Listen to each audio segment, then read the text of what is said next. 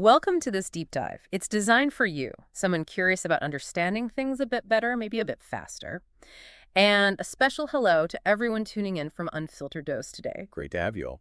Today, we're diving into learning disabilities. You shared quite a few sources, articles, statistics, even a personal video. That's right. We've got info from Careers Blog Link 4, Unfiltered Dose itself, HB, the Learning Disabilities Association of America, and a really insightful YouTube piece from Catherine Chloe Cahoon. Okay, so our goal here is to kind of pull all that together. We want to unpack the key stats, the advice, the personal stories, basically give you a clearer picture. Yeah, understand what they are, how common they actually are, and, how people manage these challenges day to day. We'll look at the scope, different types, coping strategies, support systems, Yeah. drawing on everything we've got. So yeah, let's get into it. Okay, let's start with just how widespread this is. The numbers we saw are, well, pretty striking. Mm-hmm.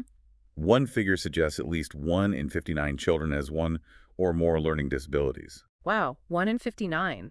And in the U.S. specifically. Yeah, the estimate there is around 15% of students, so about 1 in 7. 1 in 7 students. And that's pretty similar globally too, right? Around that same 15% mark. Exactly. It seems to be a pretty consistent figure worldwide, roughly 1 in 7 people. And breaking that down in the U.S., we're talking millions of kids. Yeah, approximately 4 million under the age of 18.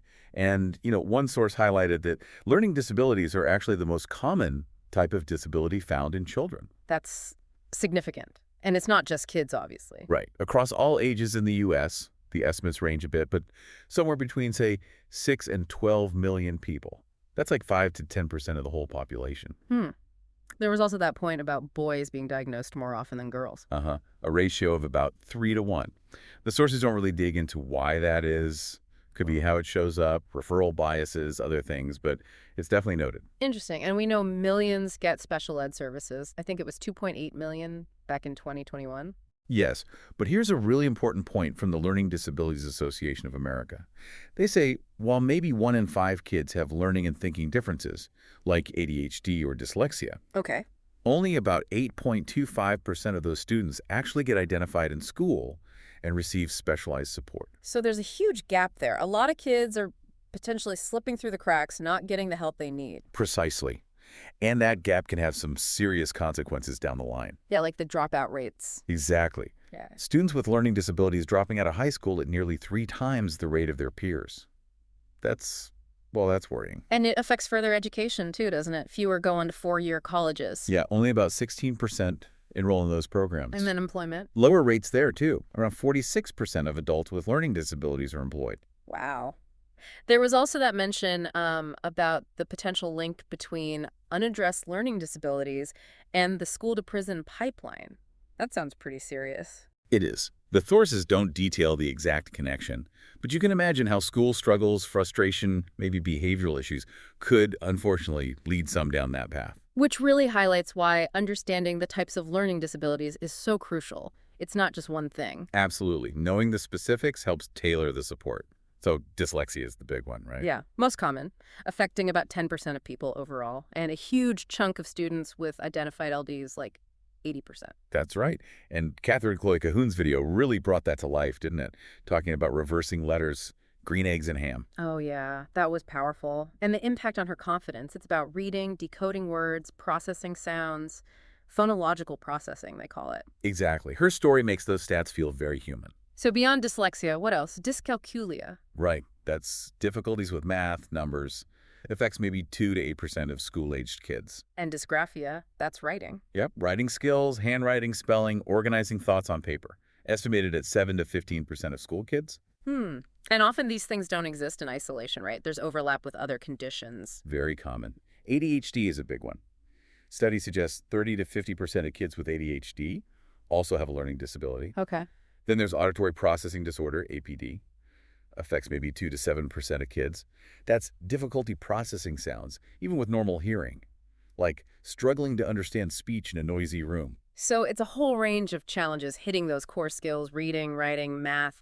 One source said those specific LDs make up like 80% of all diagnosed ones. Yeah, the vast majority. And sadly, there's also the social aspect. Bullying seems to be a much bigger risk for these kids. Right, I saw that. A 31% greater chance of being bullied. That's awful. It is. And all these struggles, academic, social, they take an emotional toll. frustration, anxiety, low self-esteem. Even hopelessness, one source mentioned. Yeah. It really shows that support needs to be about the whole person, not just fixing the academic side. So how do we best support them? Personalizing things seems key. Definitely. Tailoring teaching to how someone learns best. We all have different styles, right? Visual, auditory, kinesthetic. Yeah, some learn by seeing, some by hearing, some by doing. Exactly. So like a kinesthetic learner with dyscalculia might get math better using blocks so they can actually move around. Makes sense. Or a visual learner using mind maps or something for writing. Right. And ideally, these approaches get written into those formal plans, like IEPs or 504 plans, so everyone's on the same page. And then there's technology. Assistive tech sounds like it can make a huge difference. Oh, absolutely transformative for many. For reading, you've got screen readers, text-to-speech apps, even special fonts. Like JWS or Natural Reader. And for writing, things like Grammarly, word prediction software. Writer. Yeah, and speech-to-text like Dragon, where you can just dictate. And for math, too. Calculators, apps. The digital graphing calculators, apps like ModMath, lots of tools out there. But access is an issue, isn't it? That's the catch. It's really inconsistent. That stat about only 2.5% of kids in the UK using them.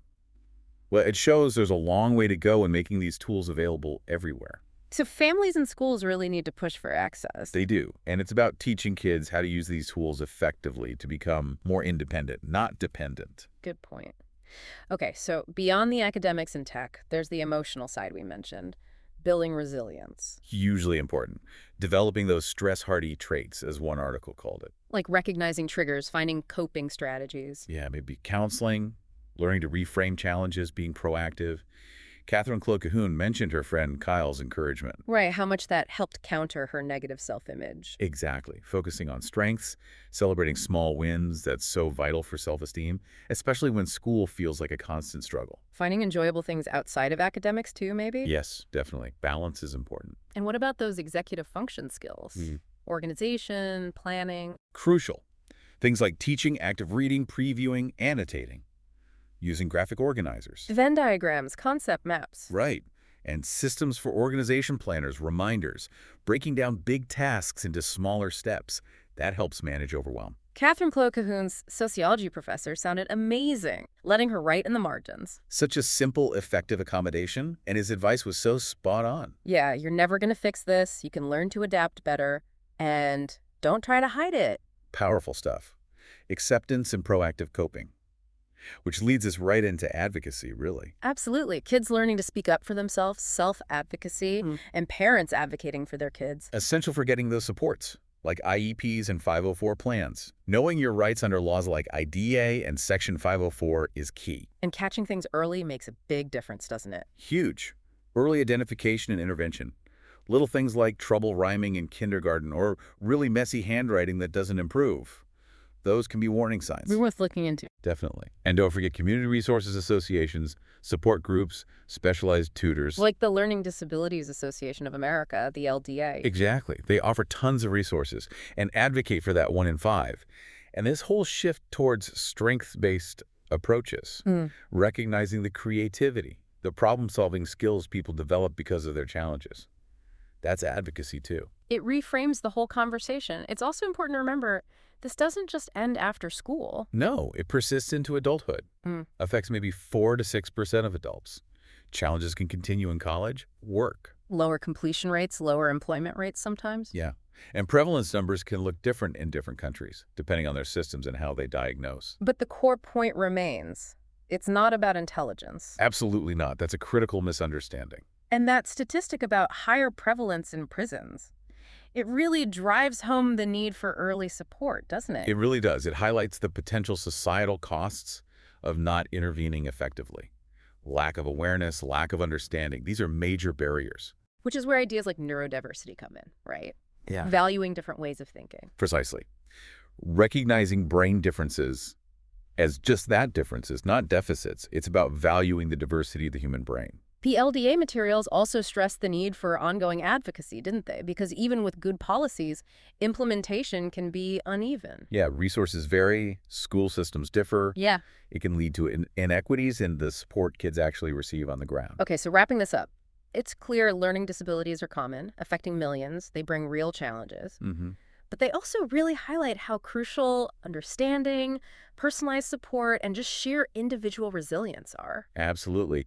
Catherine Cloy Cahoon's story is such a testament to that. From struggling with green eggs and ham Yeah. to graduating with honors, it shows what's possible with the right support and self-advocacy. So the big takeaways seem to be catch it early, personalize the learning, use the tech tools available. Build that emotional resilience and advocate, advocate, advocate for yourself or for your child. Yeah.